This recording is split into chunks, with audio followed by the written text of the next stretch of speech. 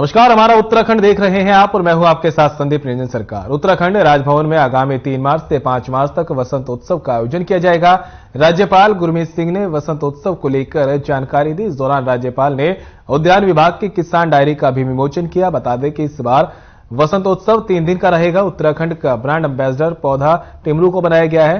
Roof of gardening, bonsai, terrarium Honey को विशेष रूप से जोड़ा गया है। इस दौरान कार्यक्रम में 186 पुरस्कार वितरित किए जाएंगे। इसको लेकर कार्यक्रम को भव्य रूप दिया जा रहा है। कार्यक्रम में दिव्यांगों की विशेष एंट्री भी दी जाएगी।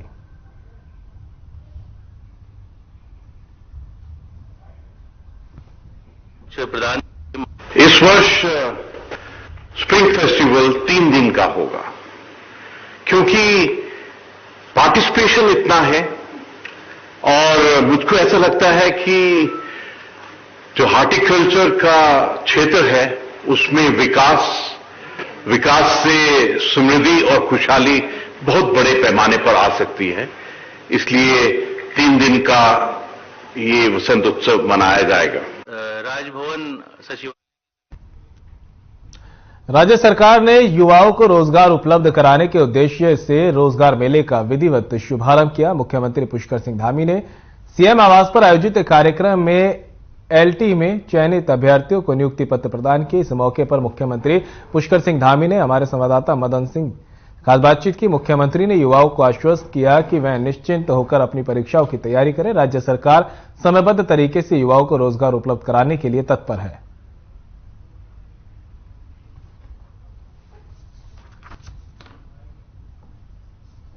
किसी कीमत पर भटकने वाले नहीं। पूरे देश के अंदर माननीय प्रधानमंत्री आदरणीय नरेंद्र मोदी जी के नेतृत्व में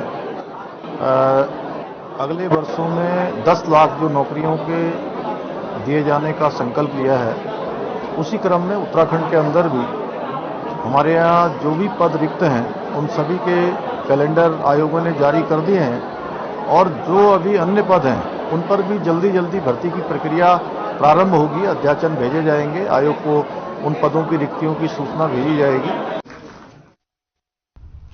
उत्तराखंड में भर्ती परीक्षाओं की सीबीआई जांच की मांग को लेकर विपक्ष और बेरोजगार संघ द्वारा लगातार सरकार पर दबाव बनाया जा रहा है, जिस पर मुख्यमंत्री पुष्कर सिंह धामी ने कहा, जो लोग सीबीआई जांच की बात कर रहे हैं उनका एक ही मकसद है कि भर्ती प्रक्रिया ना हो, जबकि पहले ही उच्च न्यायालय में जो जांच हो रही है, साथ ही 60 से ज्यादा लोग जेल भी जा चुके हैं।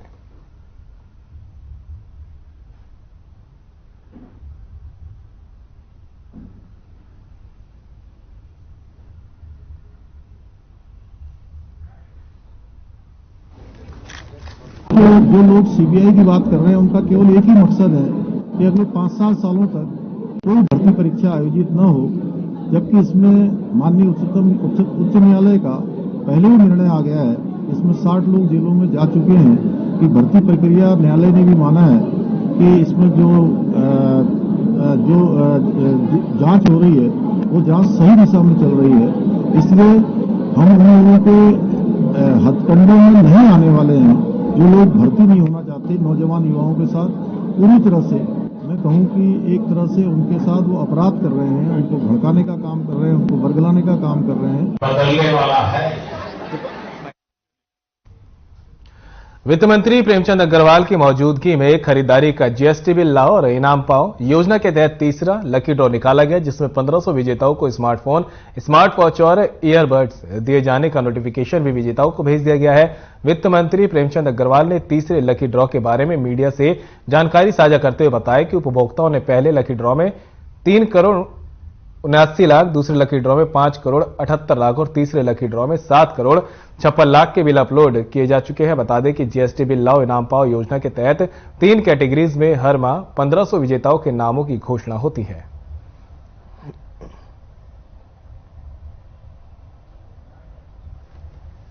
इसमें से भी मैं आपको कुछ नाम दिखाता हूँ।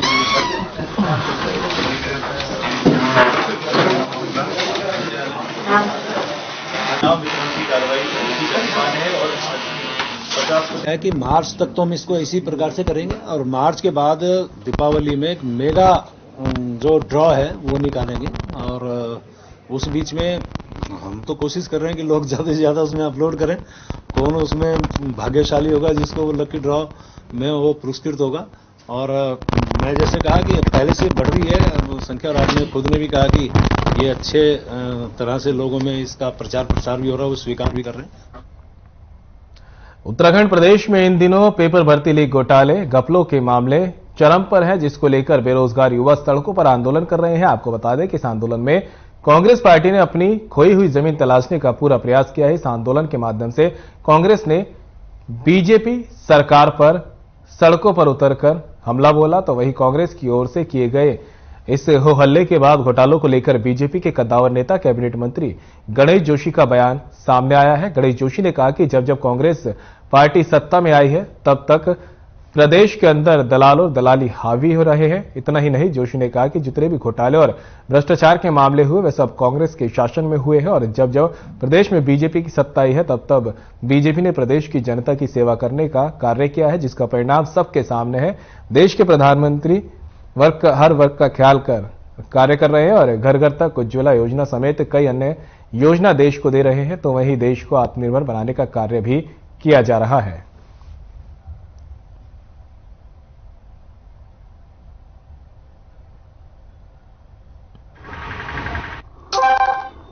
ऐसा प्रतीत होता है कि जैसे जैसे उम्र की दहलीज पार कर रहे हैं गणेश जोशी अपना मानसिक स्तर खोते चले जा रहे हैं। उनके बारे में कोई भी टिप्पणी करना मैं अपने स्तर से नीचे समझती हूं। पहले उन्होंने शक्तिमान घोड़े के हत्यारे के रूप में उन्हें जाना जाता था, उसके बाद हमारे शीर्ष नेतृत्व को बंटी बबली कहकर उन्होंने पुकारा। उसके अलावा उन्होंने हाल ही में हमारे इंदिरा जी और राजीव जी को बोला कि वो शहादत नहीं थी, वो हादसा मात्र था, जिसके लिए पूरे उनके पार्टी की किरकिरी हुई, उनकी खुद की किरकिरी हुई और उन्हें बैकफुट में जाना पड़ा। जितना बड़ा नेता भाजपा का, उसकी उतनी गजभर लंबी जुबान होती चली जा रही है। इन्हीं विवादास्पद बयानों की वजह से कई प्रदेश अध्यक्षों को भाजपा के अंदर अलविदा कहना पड़ा और कई मुख्यमंत्रियों को अपने पद से हाथ धोना पड़ा। कांग्रेस जब सत्ता में आती है तो दलाली होती है। यूपीए के शासनकाल में जितने घोटाले हुए उन्हीं के शासनकाल में हुए। कांग्रेस की सरकार यहाँ प्रदेश में रही, जितने घोटाले हुए उस शासनकाल में हुए। तो मैंने कहा कि जब कांग्रेस सरकार सत्ता में आती है तो दलाली होती है, और भारतीय जनता पार्टी जब सत्ता में आती है तो सेवा करती है। आज देश के प्रधानमंत्री मोदी जी इस प्रकार समाज के हर वर्ग का ख्याल कर रहे हैं, कहीं उज्ज्वला गैस दे रहे हैं, कहीं प्रधानमंत्री आवास के माध्यम से लोगों की सेवा कर रहे हैं, 80 करोड़ लोगों को फ्री राशन दे रहे हैं। उत्तराखंड में इन दिनों पेपर भर्ती लीक घोटाले घपलों के लेकर चरम पर है, जिसको लेकर बेरोजगार युवा सड़कों पर आंदोलन कर रहे हैं। वहीं बीजेपी के कद्दावर नेता कैबिनेट मंत्री गणेश जोशी का बयान सामने आया है। गणेश जोशी ने कहा कि जब जब कांग्रेस पार्टी सत्ता में आई है तब तब प्रदेश के अंदर दलाल और दलाली हावी रही है। इतना ही नहीं, जोशी ने कहा कि जितने भी घोटाले और भ्रष्टाचार के मामले हुए हैं वो सब कांग्रेस के शासन में ही हुए हैं।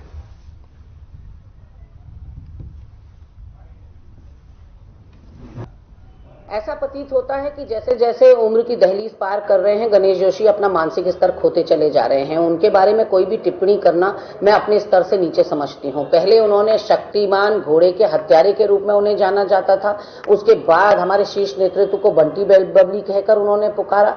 उसके अलावा उन्होंने हाल ही में हमारे इंदिरा जी और राजीव जी को बोला कि वो शहादत नहीं थी, वो हादसा मात्र था, जिसके लिए पूरे उनके पार्टी की किरकिरी हुई, उनकी खुद की किरकिरी हुई और उन्हें बैकफुट में जाना पड़ा। कांग्रेस की सरकार यहाँ प्रदेश में रही, जितने घोटाले हुए उस शासनकाल में हुए। तो मैंने कहा कि जब कांग्रेस सरकार सत्ता में आती है तो दलाली होती है, और भारतीय जनता पार्टी जब सत्ता में आती है तो सेवा करती है। आज देश के प्रधानमंत्री मोदी जी इस प्रकार समाज के हर वर्ग का ख्याल कर रहे हैं, कहीं उज्ज्वला गैस दे रहे हैं, कहीं प्रधानमंत्री आवास के माध्यम से लोगों की सेवा कर रहे हैं, 80 करोड़ लोगों को फ्री राशन दे रहे हैं और भारत को आत्मनिर्भर बनाने का काम कर रहे हैं।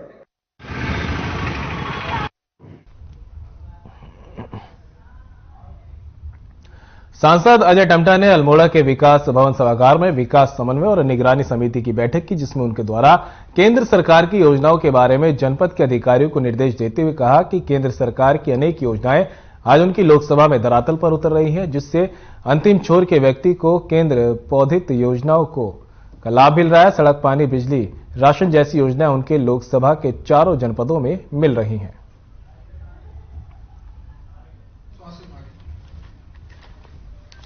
इसमें सभी विभागों के विभागाध्यक्ष और उनकी समीक्षा हुई है। जो भी केंद्र से मिलने वाली योजनाएं हैं उनका अभी तक कितना जमीन में योजनाएं उतरी है, कितना पैसा बचा है, और खासतौर पर जो अभी हमारे जल जीवन मिशन के अंतर्गत भारत सरकार से जो पानी घर घर तक मिलने के लिए बहुत ज्यादा बजट की व्यवस्था मेरे पूरे लोकसभा के अंदर भारत सरकार से मोदी जी के माध्यम से हमको मिली है, प्रधानमंत्री जी के आशीर्वाद से।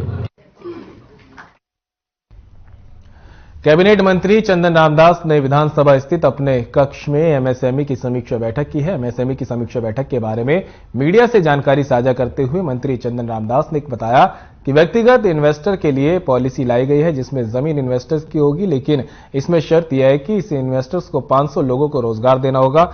मंत्री चंदन रामदास ने स्टार्टअप पॉलिसी के बारे में भी जानकारी देते हुए बताया कि इसके लिए 40 करोड़ रुपए का प्रावधान किया गया।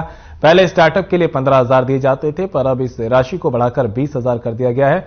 इसके साथ ही बंद हुए करीब 350 सिंगल यूज प्लास्टिक वाले उद्योगों के लिए वैकल्पिक व्यवस्था भी की जा रही है। इससे 350 उद्योग पुनर्जीवित हो जाएंगे। सीएम स्वरोजगार योजना के तहत 6,000 का लक्ष्य रखा गया है, जिनमें 5,614 लोगों को ऋण दे दिया गया है। जल्द ही 100% लोगों को ऋण उपलब्ध करा दिया जाएगा। देश की आर्थिकी में भी इसमें प्रधानमंत्री जी का, अपने मुख्यमंत्री जी का जो मुख्य विजन है वो उत्तराखंड में और देश में बेरोजगारों को रोजगार देना है। और इस बार हमारे विभाग ने बहुत महत्वपूर्ण निर्णय लिए हैं। हम 3 नई पॉलिसी लाए हैं। हम व्यक्तिगत इन्वेस्टर के लिए भी हम पॉलिसी लाए हैं। उसमें जमीन इन्वेस्टर की होगी और वो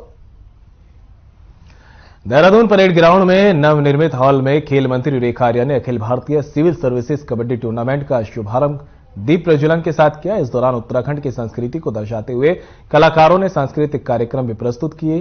प्रतियोगिता में सभी टीमों ने मार्च पास्ट किया और सलामी दी। बता दें, प्रतियोगिता का आयोजन 20 फरवरी से 24 फरवरी तक किया जाएगा। वहीं से टूर्नामेंट में कुल 18 राज्यों की टीमें हिस्सा लेंगी, जिनमें पुरुष और महिला खिलाड़ी सम्मिलित हैं। वहीं खेल मंत्री रेखा आर्या ने खिलाड़ियों को शुभकामनाएं और बधाई दी।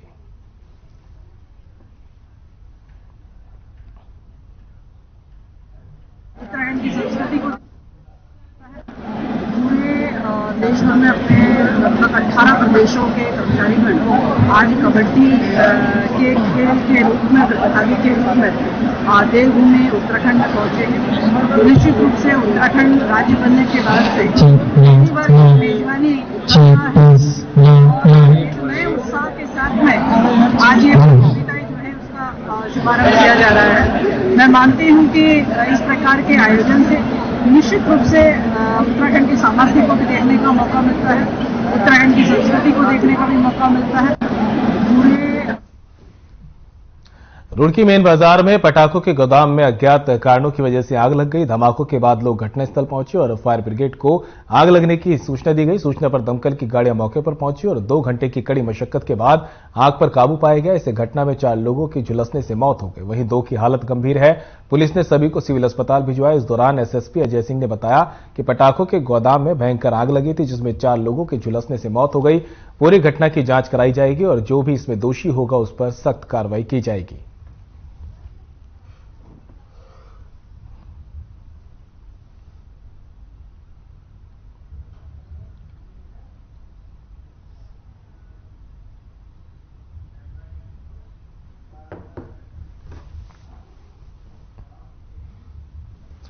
जिला प्रशासन और पुलिस प्रशासन के लगातार अवैध खनन के खिलाफ अभियान जारी है, लेकिन इसके बावजूद भी कोतवाली विकास नगर में इन दिनों खनन माफिया के ट्रैक्टर ट्रॉली पुलिस और स्थानीय ग्रामीणों के लिए सिरदर्द बने हुए हैं। बता दें कि कुंजा, मटक, माजरी और डालीपुर से लगती यमुना नदी में अवैध खनन जोरों शोरों पर है। ट्रैक्टर ट्रॉलियों से दिन रात अवैध खनन किया जा रहा है। पुलिस ने कई बार अवैध खनन के लिए कार्रवाई भी की है, जिसके बावजूद खनन माफिया बाज आने का नाम नहीं ले रहे।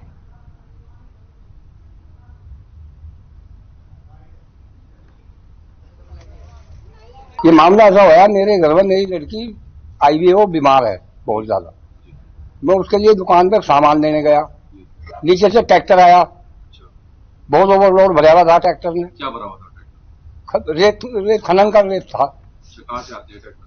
ट्रैक्टर नदी से आते हैं जी, अरे कलेसर से आया वो या नदी से आया। फिर क्या हुआ? वो यहाँ ट्रैक्टर जैसे चढ़ाई है, ढाल है और ट्रैक्टर खड़ा हो गया और मैं पीछे से जैसे आया, मैं छलांग मार के इधर, ट्रैक्टर बैक हो गया।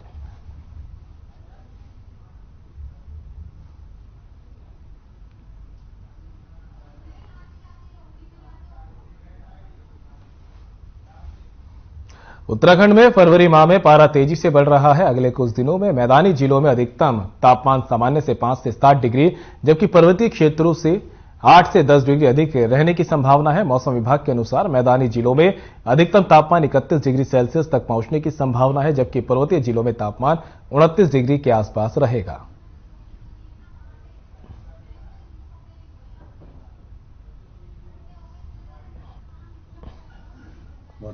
जगह पे कोई नहीं रह रहा है, लेकिन हाँ ये कह सकते हैं कि जो हमारे मिलिट्री या पैरामिलिट्री इंस्टॉलेशन है जो फ्रंट पे आगे ऐसी जगह पे कहीं है जहाँ की एवलांच प्रॉन है, तो उनको बिल्कुल सतर्क रहना चाहिए।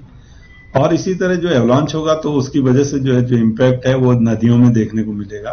तो उसमें जो मेजर रिवर्स है उसका थोड़ा जो हमने पहले भी बोला है कि जो निगरानी है, जो कंसर्न एजेंसीज है, तो वो थोड़ा निगरानी रखेंगे कि अगर जल स्तर में बहुत ज्यादा कुछ ऐसी वृद्धि देखने को मिलती है तो वो आवश्यक कार्रवाई फिर उसमें करेंगे। तो ये बोला गया है। तो मैं कहूंगा कि जो एवलांच है वो आप कह सकते हैं कि जो 4000 मीटर या उससे अधिक ऊंचाई का क्षेत्र है। कैबिनेट मंत्री गणेश जोशी देहरादून के एक निजी होटल में श्रीदेव सुमन नगर की कार्य समिति की गोष्ठी में प्रतिभाग करने पहुंचे। इस दौरान उन्होंने कहा कि भारतीय जनता पार्टी का लक्ष्य समाज के आखिरी छोर पर बैठे व्यक्ति तक विकास पहुंचाना है। साथ ही कैबिनेट मंत्री ने सभी पदाधिकारियों को आगामी चुनाव के लिए एकजुट होने का आह्वान भी किया। मंत्री गणेश जोशी ने कहा कि समस्त कार्यकर्ताओं की बदौलत ही भारतीय जनता पार्टी की सरकार बनी है और कार्यकर्ताओं के प्रयासों से ही आगामी चुनाव भी जीतेंगे। श्रीदेव सुमन ने नगर के अंतर्गत 17 लोगों के दायित्व बांटे, जिसमें 13 लोग ऐसे हैं जो नवनियुक्त हैं।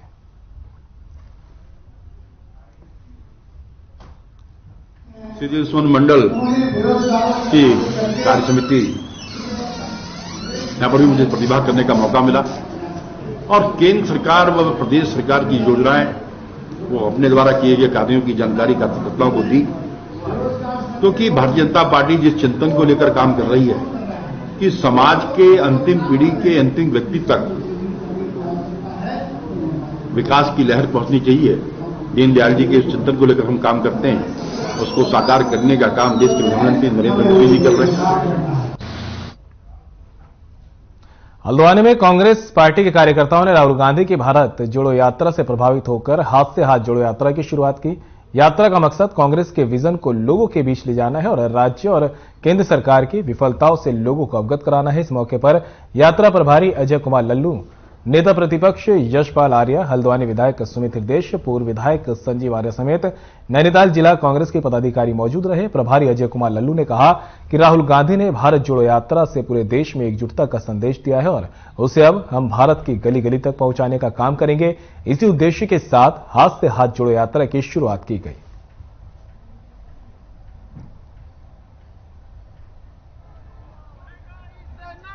देश एकजुट हो, सामाजिक सद्भाव, सामाजिक सदाचार और देश में भाईचारा और मजबूत हो। और आज जरूरत भी है देश को एकजुट करने की, जिससे घृणा और नफरत के बीज बोए जा रहे हैं पूरे देश भर में। देश को विभाजित करने की कोशिश की जा रही है और जो असल मुद्दे हैं, जो बर्निंग इश्यूज हैं, उनसे देश की आवाम का ध्यान बटाने के लिए लगातार कोशिशें की जा रही हैं। सारे बुद्धिजीवियों के साथ एक यात्रा की कि देश में समानता हो, भाईचारगी हो, एकता हो, किसान, नौजवान, गांव, गरीब, शोषित, वंचितों की आवाज को हर मंचों से बढ़ती हुई महंगाई, गिरती हुई अर्थव्यवस्था के खिलाफ अपनी आवाज को बुलंद किया। भारत जोड़ो यात्रा की जो भव्यता थी उस श्रृंखला में आगे ले जाते हुए हाथ से हाथ जोड़ो अभियान बहुत महत्वपूर्ण है। धार्मिक उन्माद जो फैला के भारतीय जनता पार्टी राज कर रही है, एक दो लोगों को पूरी इस देश की आर्थिक संपदाएं बेच दी, नीलाम कर दी और जो हमारे नवरत्न है धीरे धीरे डिसॉल्व कर रहे हैं, उसके विरुद्ध बहुत सारी आवश्यकता है इस समय की हर घर तक कांग्रेस का संदेश हम पहुंचाएं। श्रृंखला में लल्लू साहब आज यहाँ आए, उनका स्वागत करते हैं। संघर्षशील है, हमारे उत्तर प्रदेश के प्रदेश अध्यक्ष हैं और यहाँ कोऑर्डिनेटर है, उनका स्वागत भी है और आज बहुत भव्य यात्रा निकली। उत्तराखंड में जमीनों का सर्किल रेट बढ़ाए जाने से कांग्रेस भड़क गई है। कांग्रेस नेताओं ने बढ़ाए गए सर्किल रेट को वापस लेने की मांग की। इस संबंध में कांग्रेस नेताओं और कार्यकर्ताओं ने ऋषिकेश एसडीएम कार्यालय पर नारेबाजी करते हुए प्रदर्शन किया।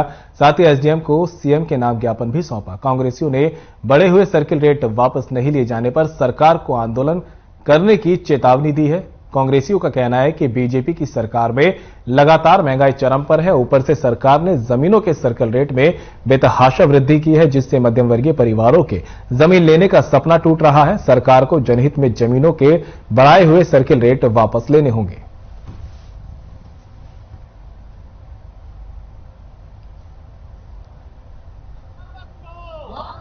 आज सर्किल रेट इतने ज्यादा बढ़ा दिए गए हैं कि आम आदमी अपने लिए 2 कमरे नहीं बना सकता है। तो हम सब ऋषिकेश महानगर कांग्रेस कमेटी के लोग माननीय मुख्यमंत्री से आग्रह करते हैं कि आप इन सर्किल रेटों की दरों को वापस कर जो पुरानी दरें उन्हें लागू की जाए। इस संबंध में आज उप जिलाधिकारी महोदय के माध्यम से मुख्यमंत्री जी को ज्ञापन भेजा गया और साथ ही इसकी प्रतिलिपि माननीय प्रधानमंत्री जी को, माननीय वित्त मंत्री जी को भी की गई कि आप भी संज्ञान लें और जनता की समस्याएं सुने।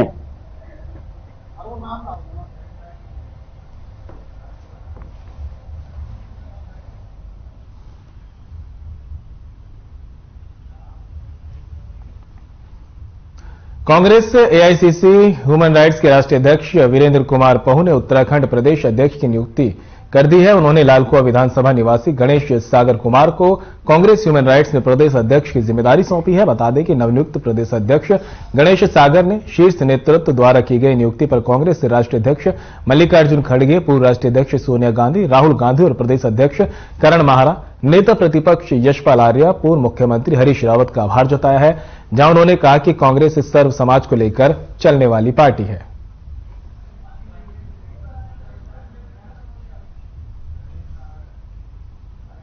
जिन्होंने एक छोटे से कार्यकर्ता को एक महत्वपूर्ण जिम्मेवारी दी उत्तराखंड के अंदर। एआईसीसी ह्यूमन राइट के हमारे राष्ट्रीय अध्यक्ष वीरेंद्र कुमार फूले जी के द्वारा मुझे ये दायित्व उत्तराखंड में दिया गया और मैं कांग्रेस की जो नीतियां हैं उन नीतियों को घर घर पहुंचाने का काम करूंगा। 2024 में हम उत्तराखंड के अंदर अपनी एक महत्वपूर्ण भूमिका के साथ वापसी करेंगे और मैं पुनः एक बार फिर से राष्ट्रीय नेतृत्व का आभार व धन्यवाद अदा करता हूं। और फिलहाल इस बुलेटिन में इतना ही। मुझे दीजिए इजाजत। नमस्कार।